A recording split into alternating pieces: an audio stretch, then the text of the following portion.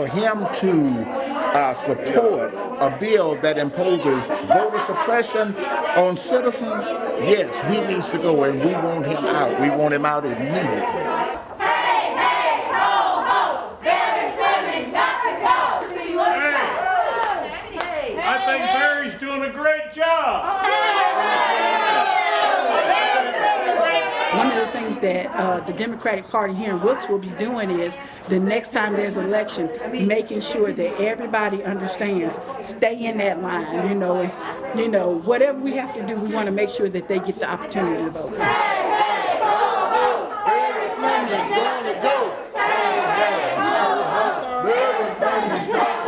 I think we're going to move in then to some comments by our city attorney. There have been some questions about why an elections bill was passed after this election. And my point would be to you that an elections bill is passed after almost every election that we have in the state of Georgia. And I have often carried those elections bill, and that has something to do with why I carried this one. This is House Bill 316. It was passed after the 2018 election. I carried it. This is House. Mr.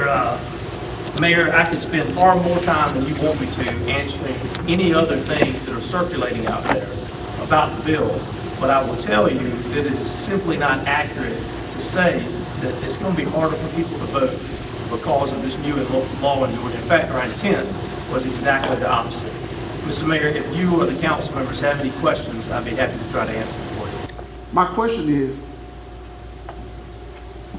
why did you have to sponsor this bill?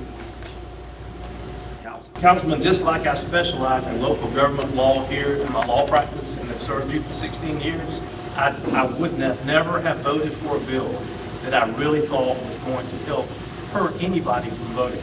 And it's just if I explain to you the reasons why some of the talk out there is not correct, and you can see it in black and white for yourself. The very first sentence of this law says, following the 2018 and 2020 elections, there is a significant lack of confidence in Georgia election systems, with many electors concerned about allegations of rampant voter suppression and many electors concerned about allegations of rampant voter fraud. That's the first sentence in the law that this is supposed to be addressing, but I didn't hear him say anything about all this voter fraud was supposed to be stopping here, or how this bill stops it. What if I want to vote? What do I need to vote? I need a Georgia ID, or I can go to my county registrar's office and I can get a voter ID. I don't keep up with everything on TV. I try to watch a little bit of both sides of this divided mass media we have. But I can tell you, this is a controversial bill, and there's been a lot of misunderstanding and misinformation about it. So I ask you not to take a soundbite and then all of a sudden take it out on a target that you don't really know enough about. If he does not resign from this position as our city attorney and relent from having any further affiliation with the city affairs of Washington, Georgia, that you all will vote as mayor and council to terminate his position immediately. Because if Hancock cannot use him, neither can we. I think voting to terminate services of someone who also serves in the legislature because he exercised his honest, good faith judgment and his freedom of speech and voted his conscience on a bill that doesn't even really do what it's being accused of doing, then you're sending a terrible signal not only to the citizens of Washington, but also to citizens everywhere. Thank you. So, and that signal is you better not run for office because someone's always going to be mad at you. How, in good conscience, can the city continue to pay him and his firm $1 more when he has significantly reduced our voting rights? There is no way he should ever be asked again to look after the interests of this city. To any person at this meeting who doubles down with a new lie that the voter suppression that voter suppression wasn't the purpose of this new law, I'd say, shame on you. I'm asking this mayor and this council, based on the overwhelming majority of constituents of the city of Washington voicing their opinion on our city attorney and his services, that we discontinue the services of our city attorney? The city charter says you can terminate them early only for cause, and it lays out what is for cause. You've Mayor, not done can we- anything that's for cause. You might not disagree with, might not agree with politics, I understand that. Can we fire a city attorney? I'm gonna say, can we fire a city manager? You can fire a city manager, I think you can, yes, sir. So how can, we can fire a city employee, but we can't fire a non-city employee? I'm just going with the charter, Councilman. But, well, that goes towards an employee. That does not go towards somebody that's, we don't even have a It contract. goes towards officers of the city. We don't have a contract with the law firm. It's just like we appointed him, we can de-appoint him. You know, Well, well, put it like this, I rescind my vote. I rescind my vote on hiring the city attorney. As a man, I'm going to rescind my vote on selecting you as our city attorney. I'm going to in the form of motion to rescind my vote. That this is going to greatly negatively impact citizens from voting. So at this time, I also retract my vote. I mean, you can ask for the city attorney to resign, although that's voluntary, you don't have to. You cannot terminate unless there is a for-cause type event, which, in my judgment, has not happened here. And if you want to make a motion to ask the city attorney to resign and vote on it, I guess we can vote on that, but again, it's voluntary, it's the city attorney. Well, I'd like to make a motion to ask Barry to resign. See if we can make that motion. Get a second? I second. All right, there's a motion on the floor to ask the city attorney to resign. That's a voluntary motion. It's been seconded. Any discussion?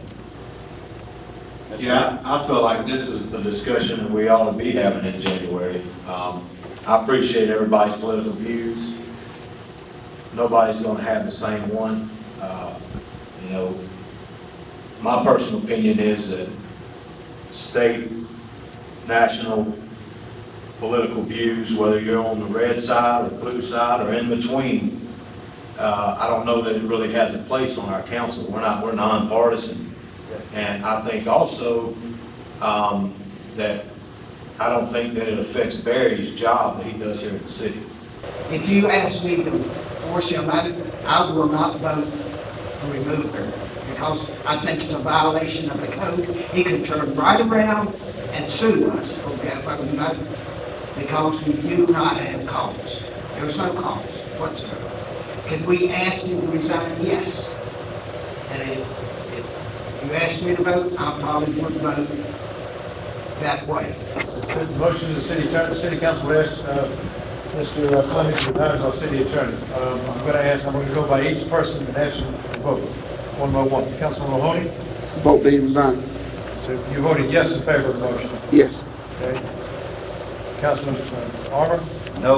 All right. Yes. Councilman Colors, yes. Councilman Wagner? There again, if this is a motion to ask him to resign, I'll vote yes, but I hope he doesn't. Yes. Councilman Hill? Councilman Dennett? No. All right, passes 4-2. It's a request only, it's not mandatory. But, so that's the motion on that. Mr. Mayor, can we not just send the council a letter, an official letter to him saying that the council has asked him to resign and then let him to respond to that I letter? think that's appropriate. He's here right here now. I know he For the is. public to understand He's what's here right going now. on. He's We're here right doing now. stuff behind closed doors. It's not behind closed doors. Either he can say, yeah, I will resign, or yeah, I won't resign. Or he won't answer. Or he won't answer. Yeah. I'm going to rule that out of order. We're not getting in there tonight. Well, I ask that this council censor you since you won't do your job, and we ask that the mayor pro tem take on this motion. I take on the motion. Barry, would you Councilman resign? Mahoney, now, the Councilman Cullen, that's out of order. No, it's not. You just- Don't do that again. And if I have to adjourn the meeting, or if I have to take a recess, don't do that again. I'm running the meeting, You're not running no meeting because you won't recognize the vote at this table. So you're not running the meeting. I am running the meeting. So you're not gonna do what this council, the majority of this council has asked you to do. That's weak. That's weak. That's weak. And you need to realize you're a weak mayor. You're a weak mayor in this government. That's fine. We will send him a notice and we'll let him respond. We didn't know, we did not send him nothing because we didn't tell you to send him no notice. You can't do nothing without this body telling you to do it. We're gonna take a You recess can here. hit whatever you want. Take a recess. You can hit whatever you want to hit. You ain't Take a gonna sit here and micromanage me and tell me what we can and can't do. Take a recess and we'll make Yeah, you can, all together. you can go to the house and we got a mayor pro temp that can take on this motion. That's what we can do. So that's the problem. See, that's the problem, because you don't like the way this meeting don't went. You wanna adjourn the meeting or you wanna call for a recess. I'm gonna call for a recess until you can calm down and we'll get back. Now, I'm not gonna calm down until you recognize this body at this table and what they motion to do. All right, I'd like a motion to adjourn. I so move. All right, we have two motions to adjourn. Second, we have, could I have a vote on it, please? Adjourn, one in favor, two in favor, three in favor? You need to reconvene and you have a recess. I want to see him adjourn this meeting when we're in a closed session.